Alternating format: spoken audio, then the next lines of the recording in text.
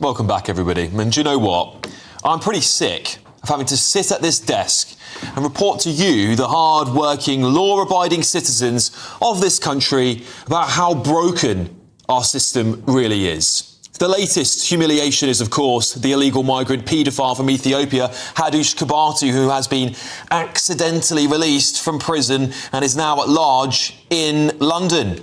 Well, the Metropolitan Police is urging the convicted sex offender to turn himself in. Met Police Commander James Conway updated the public earlier. I'm also making a direct appeal to Mr. Kebatu himself. We want to locate you in a safe and controlled way. You had already indicated a desire to return to Ethiopia when speaking to immigration staff. The best outcome for you is to make contact directly with us by either calling 999 or reporting yourself to a police station. We would ask any member of the public who sees Mr. Kebatu to call 999 immediately. It's just a joke, isn't it? It's a complete joke. And I'm just furious about this. I can't believe this has been allowed to happen.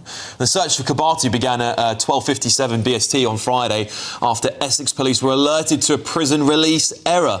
And by then, he'd boarded a London-bound train from Chelmsford, arriving at Stratford at 12 minutes past 1. Well, video evidence placed him in Chelmsford after his mistaken release, and the Met Police now led the manhunt with strong confidence that he remains in the London area. Well, Kebatu, who is now sucking up hundreds of thousands of pounds worth of police time, should have been on a flight back to Ethiopia, shouldn't he, with the rest of these illegals months ago. But instead, we've been housing him here in our already overflowing prisons. Also, we can appease the extreme radicals on the far left who don't believe in borders. And many of them, I'm telling you this, will think this man should be allowed to stay here despite his sick crimes. We've all seen it. And tonight, young women, uni students and others will be getting ready to go out and enjoy themselves across London.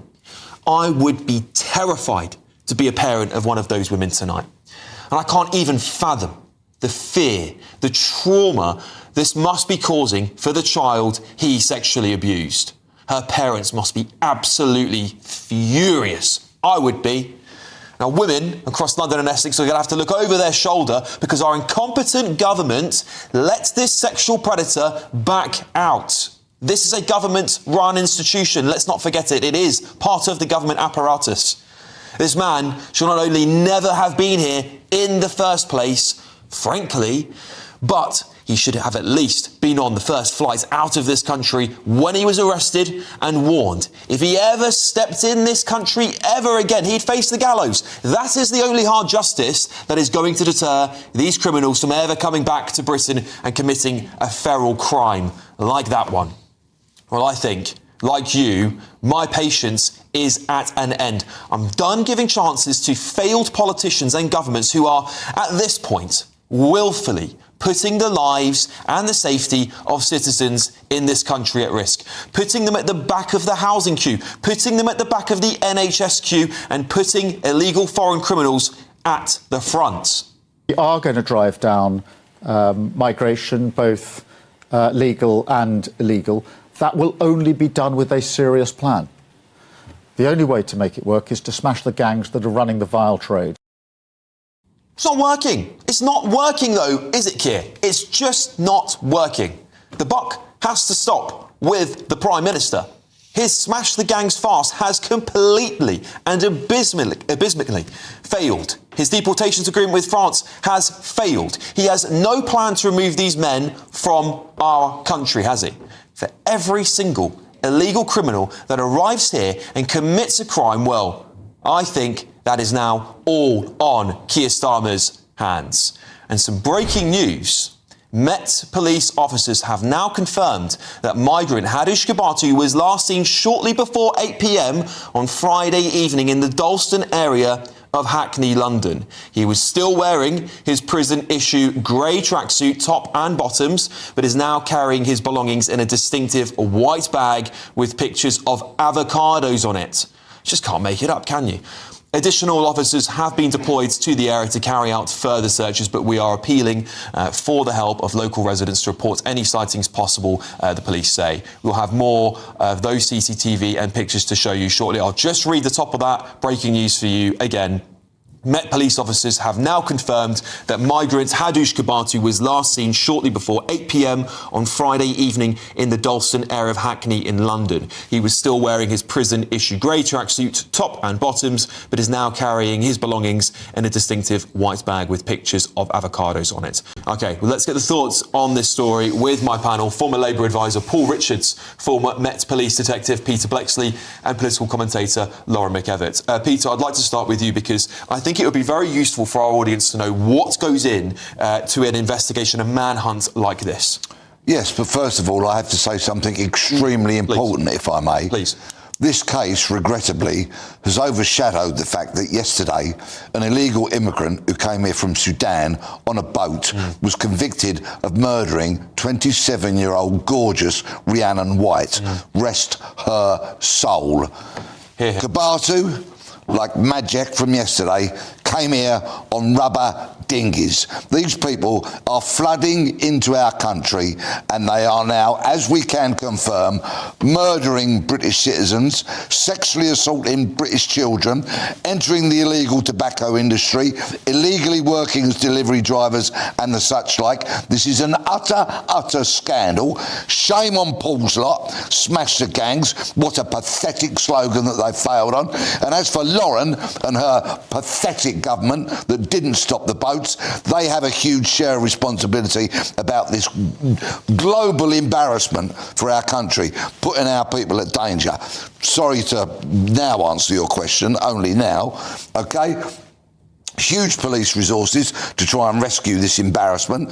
I quite think it was pathetic to see that police officer almost begging Kebatu to hand himself in. Where's the robustness? Where's the language like, we're coming for you, we're going to find you, so best you hand yourself in first? Of course, if he tries to hand himself at a police station, he'll have to walk so far, he'll probably die of dehydration or starvation. Well, yeah, because we've closed them all down, haven't we? Correct. Shut all the police stations Correct. down. Where would he hand himself into, frankly? It's completely bonkers.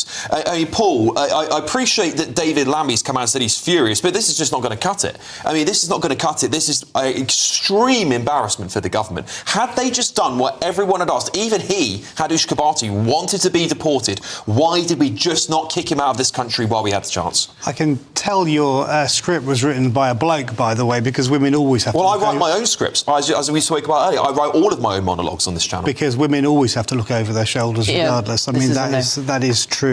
I don't agree with you on the death penalty. I don't think that would have any deterrent effect in this case at all, so I don't believe that's a good idea at all. I think it makes criminals behave worse if they think they're going to be, hung anyway.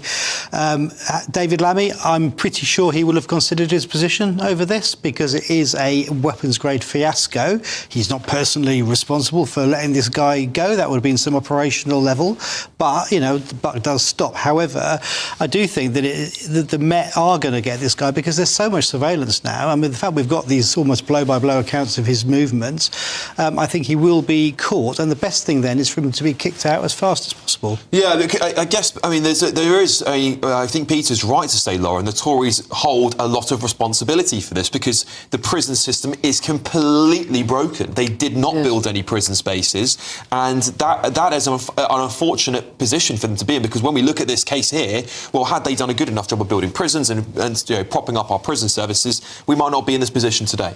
It's true, and I'm in the category of Tory who firmly believes that of the £164 million we sent to Ethiopia in 2023, we should be deducting for the bill of every Ethiopian in our prison system.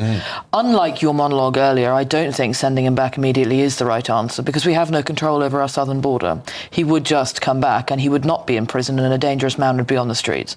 He should be locked up and possibly in the future sent back to Ethiopia at the point at which we are sure that he cannot get back into this country again and present a danger. Paul's right, though. This isn't a new ground for women looking over their shoulder in London. No, I certainly not. Just because Paul's yelled at my party's background, let's yell at the Met for that, shall we? Well, I would say this, that because I appreciate... Excuse me, women... Theresa May stripped 20,000 jobs out of policing. She ruined policing. So many of the problems with current policing is firmly at her doorstep. And hiring rapists didn't help you either, did it?